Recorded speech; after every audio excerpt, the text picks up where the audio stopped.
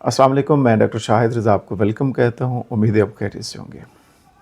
आज मुख्तसरन डिस्कस करेंगे learning disabilities. मुख्तलिफ़ लर्निंग डिफ़िकल्टीज़ और डिसेबिलिटीज़ हो सकती हैं जो बच्चे फ़ेस कर सकते हैं अपनी लाइफ में, और ये बहुत सारी होती हैं जिसको समझना टीचर के लिए भी ज़रूरी है, पेरेंट्स के लिए भी ज़रूरी है, ताकि बच्चों को प्रॉपर गाइडेंस और काउंसलिंग जो है वो ठीक तरह से प्रोवाइड की जा सके, और जो बच्चों की डिफ़िकल्टीज़ हैं, जो प्रॉब्लम्स हैं, उसको बेहतर बनाया जा सके। तो आज की जो लर्निंग डिसेबिलिटी है जो हम डिस्कस करने वाले हैं वो लैंग्वेज से रिलेटेड है, और इसे कहा जाता है डिसलेक्सिया। डिसलेक्सिया जो लर्निंग डिफ़िकल्टी या डिसेबिलिटी है, ये बेसिकली लर्निंग डिफ़िकल्टी ऐसी है कि जो लैंग्वेज से रिलेटेड है, और उसमें ख़ास तौर पर बच्चे रीडिंग के मसले का शिकार होते हैं, सही तरीके से पढ़ नहीं पाते, रीड नहीं कर पाते, लिखने के प्रॉब्लम आते हैं, राइटिंग के इश्यूज़ आते हैं, और ख़ास तौर पर इसमें स्पेलिंग के हवाले से बहुत सारे इश्यूज़ आते हैं। यानी राइटिंग ठीक नहीं होती, पढ़ना ठीक नहीं होता, और इसके साथ साथ जो रीडिंग, राइटिंग और स्पेसिफ़िक हम जो बात कर रहे थे कि स्पेलिंग के हवाले से बहुत सारे इश्यूज़ आ सकते हैं। इसकी जो साइंस की हवाले से अगर हम बात करें, डिसलेक्सिया की जो साइंस हैं, यानी अगर आपको मालूम करना हो कि किसी भी बच्चे को डिसलेक्सिया है, ये लर्निंग डिफ़िकल्टीज़ है या डिसेबिलिटी है या नहीं है, तो आप कैसे पहचानेंगे वो साइन, वो निशानियाँ कौन सी?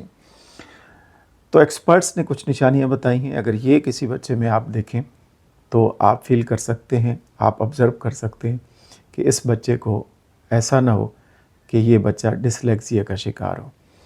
तो अगर आप आइडेंटिफाई कर लेते हैं तो आप उनको बेहतर गाइड कर सकते हैं।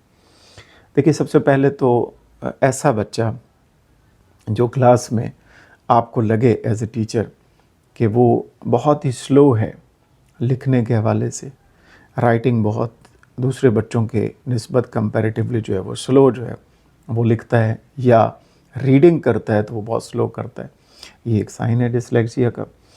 इसी तरीके से वो डिफरेंट जो वर्ड्स हैं और लेटर्स हैं उसको बोलने में, उसको लिखने में और उसको समझने में प्रॉब्लमेटिक है, अंडरस्टैंडिंग नहीं होती। तो ये भी एक चीज़ है। जैसे जो सिमिलर होते हैं, एक दूसरे से मिलते जुलते वर्ड्स होते हैं, लेटर्स होते हैं, जैसे बी है और डी है, तो इनमें कंफ्यूज रहेगा ये बच्चा, डिसलेक्सिया का शिकार जो बच्चा होगा। इसी तरीके से जो स्पेलिंग होंगे वो बहुत ही इनकंसिस्टेंट होंगे, स्पेलिंग ठीक तरह से लिख नहीं पाएगा। ये इशू अगर आप देखते हैं तो ये भी एक साइन हो सकता है डिसलेक्सिया का।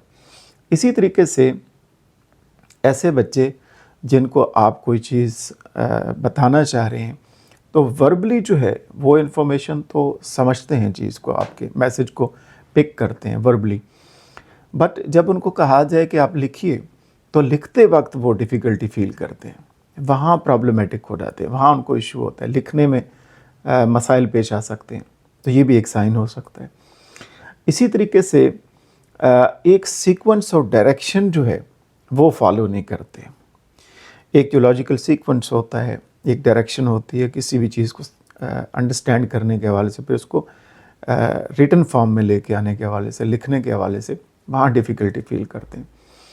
और प्लानिंग और ऑर्गेनाइजेशन के हवाले से भी वो स्ट्रगलिंग फेज़ में होते हैं, तो यहाँ भी एक मसला जो है उनको दरपेश होता है। तो ये कुछ साइंस हैं जो बताए गए हैं एक्सपर्ट्स की तरफ से। अगर आप किसी बच्चे में ये चीज़ें नोट करें तो आप जो है ये महसूस कर सकते हैं कि ये जो बच्चा है कहीं डिसलेक्सिया का शिकार ना हो। अगर आप प्रॉपर आइडेंटिफिकेशन कर लेते हैं तो उस बच्चे की मदद की जा सकती है, उस बच्चे की हेल्प की जा सकती है, उसको प्रॉपर गाइडेंस और काउंसलिंग की प्रोवाइड की जा सकती है, ताकि उसका जो मसला है, ये जो लर्निंग डिफ़िकल्टी है, ये डिसेबिलिटी है, और स्पेशली हम डिसलेक्सिया की बात कर रहे हैं, जो लैंग्वेज डिफ़िकल्टी है, ये डिसेबिलिटी है, रीडिंग, राइटिंग और स्पेलिंग की, ऐसे बच्चे को आप हेल्प कर सकें प्रॉपर तरीके से। तो ये कुछ साइंस हैं जो बताए गए हैं, और जैसे ही आप इसको अंडरस्टैंड करेंगे ऑब्जर्वेशन के ज़रिए, तो फिर आप क्या कर सकते हैं कि एक एजुकेशनल साइकोलॉजिस्ट जो है वो इसको बेहतर طور پہ سمجھ سکتا ہے کہ ایسے بچے کو کیسے ڈیل کرنا ہے، کیسے پڑھانا ہے، کس طریقے سے لے کے چلنا ہے. اور پھر فردر اگر آپ کو ضرورت پیش آتی ہے تو پھر آپ جو ہے وہ ڈفرینٹ جو تھراپسٹ ہیں، لینگویج تھراپسٹ ہے، اس کو آپ دکھا سکتے ہیں. ان کے خدمات جو ہے وہ بھی آپ لے سکتے ہیں. ایون کہ آپ پیرنٹس کو اس میں شامل کر سکتے ہیں. تو یہ وہ سائن ہیں اور کچھ کازز ہم نے آپ سے ڈسکس کی ہیں اور بتایا ہے کہ ایسا بچہ جو لینگویج ڈیفیکلٹی کا شکار ہے اور خصوصی طور پہ رائٹنگ کے حوالے سے، ریڈنگ کے حوالے سے اور اسپیلنگ کے حوالے سے، ان کو کس طریقے سے آپ آبزرویشن کے ذریعے آئیڈینٹیفائی کر سکتے ہیں اور پھر اس کو پراپر گائیڈنس اور کاؤنسلنگ پرووائڈ کی جا سکتی ہے تاکہ آپ اس بچے کی مدد کر سکیں. تو یہیں پہ ختم کرتے ہیں. نیکسٹ انشاءاللہ کسی ٹاپک کو ڈسکس کریں گے. اپنا ڈھیر سارا خیال رکھیے گا.